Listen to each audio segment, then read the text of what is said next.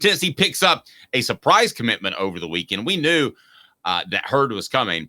Jaxson Moi, what can you tell me about him, Caleb? Because I can give you a little bit of insight from talking to some people over the weekend, but your thoughts on a young man that I don't think got on the plane to McGee-Tyson and expected to be a Vol. I thought he might be a Vol, but I don't feel like he expected to be a Vol, but he leaves Knoxville and he is a Vol. Your take on a really, really big pickup on the defensive line and a guy that can be, I believe, an impact player as well. Yeah, Jaxson Moi had 4.5 tackles for a loss. He was the number 5, like the 541st ranked prospect in the 2022 recruiting class, according to 247 Sports Composite. He has 2 seasons of eligibility remaining. He's probably more of a depth guy this year who will then take another step forward and I think be a very solid senior interior lineman for Tennessee. This is a future move for Josh Heupel, which is fine. They're not as desperate on the defensive line as they are the offensive line. But I think Jaxson Moi is the type of pickup, 6'2", 303, that I think he can provide necessary depth this year so Tennessee can run a deep rotation. And I think he can then be a very elite player in 2025. I think he can be an elite player in 2025, but he also steps in and listen, you can never have too many defensive tackles, right? You can never have too many offensive linemen. And in Tennessee's case, you can never have too many defensive backs in this class because of the issues that they have had before. When I look at the Stanford commitment, Jaxson Moi, I think that at 6'2", 303 pounds, that you're not expecting him to be a tear up the middle, put pressure on the passer guy. You're expecting him to be an anchor. I think that's a lot easier. Not to say he's not going to disrupt, but I think it's an absolute fantastic fit for Tennessee in adding depth. I don't know that many programs in the nation would turn down Jaxson Moi. So Tennessee's defensive front, which is already good, could be blank, Caleb. Could be blank. Tennessee's defensive front in 2024 could be blank. So I'm going to go, it is still, it's going to be very good. I don't think there's anybody great on the defensive front. Now, when I say that, I don't consider edge rushers defensive front. I don't know if you do. I'm thinking defensive tackles alone. So you could tell me if you're considering James. Oh no. I want to consider edge rushers and defensive ends.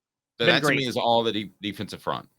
Then great. Then it's going to be great. Yeah, it's going to be great because the defensive tackles are going to do their job.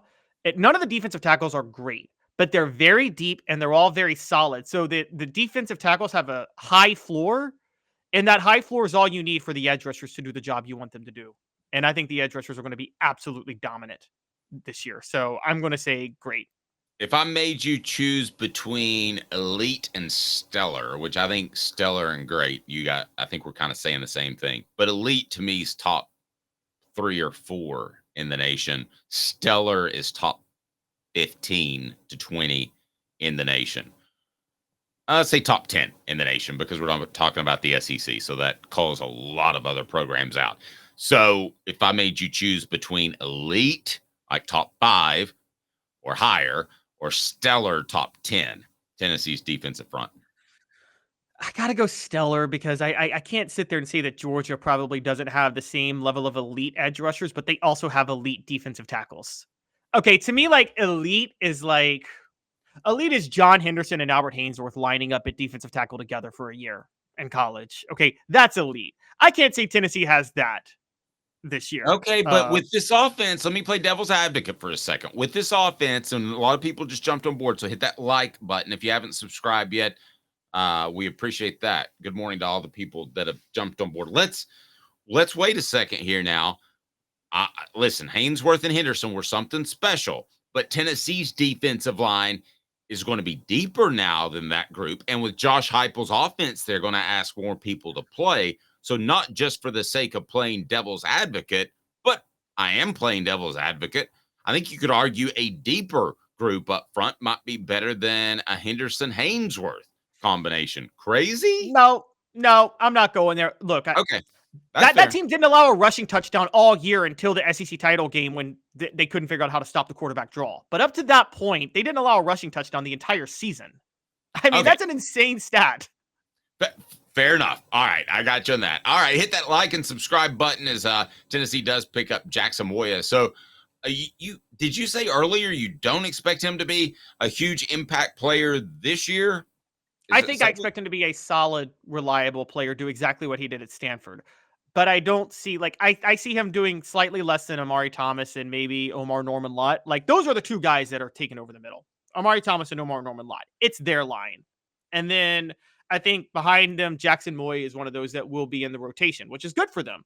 I think he'll definitely make an impact. But I don't see, I see rotational player this year who plays significant snaps. Don't get me wrong, but I don't see all SEC. I see possibly all SEC potential in 2025. Okay, Like I see second what team, you're third saying, teamish. but You know what I mean? a rotational player is not bad, right? No, this is very good for this helps at tackle. Look, the defensive tackle, the way they're built, and let's just point this out, they're built for the edge rushers to go off after they get a big lead. The defensive tackles, that's why I said the key for the defensive tackles in this system is for the floor to be high. You don't have to have a Henderson and Hainsworth ceiling. You know what I mean? But you just have to have a high floor where they're not that bad because you need them to take enough attention for the edge rushers to do what they do.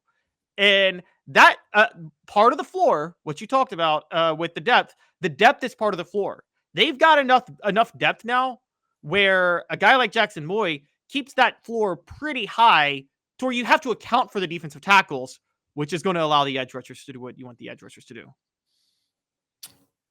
Fair. In this day and age of football, I could make an argument. I'd rather have 5 really good or 4 or 5 really good defensive tackles than 2 elite ones. I could make the argument, but I'm not going to argue Hainsworth and Henderson. Like, if you gave me another couple of options in Tennessee's history, I could argue it. But Henderson and Hainsworth were generational players together. So that's the greatest interior defensive line in college football history. Yeah, you had them together in the NFL. That would be an amazing interior line. Yeah, I think we're supposed to debate and have hot takes, but I'm not going to take you down that road. I'm going to give you the information. And not to throw somebody under the bus, but what does it say about Tennessee's defensive coaching that they had trouble with the quarterback draw with those two guys? They had to have talent to succeed, and they weren't great X's and O's guys led by John Chavis. I mean, that's just a fact. It is today's tough question right now, and it's brought to you by our good friend Don Self, your State Farm agent in the Chattanooga area. It is on right now, the YouTube page, and you got 3 options, a lot of votes already, so vote there because it's today's tough question. Today's tough question. Take a side. Take a stand. The Dave Hooker Show, a presentation of offthehooksports.com. Okay, Tennessee football with a monster weekend in recruiting with 2 commitments and another one that is about to pop at any second. Was Josh Heupel playing possum in recruiting? Here are your options, Caleb Calhoun. A, yes, he knew what was coming. 2, no, things just fell into place. Or 2, no, it was all planned. So either he was fortunate, he had it figured out, or he just knew it. So where do you stand on those 3? Oh, he knew it was coming. Tennessee has some NIL things they're trying to figure out, and Josh Heupel has basically been using NIL to pick up meticulously in the transfer portal for returning talent and for specific players. So I think he knew it was coming the whole time. Everybody was freaking out, and Josh Heupel was super calm the entire time.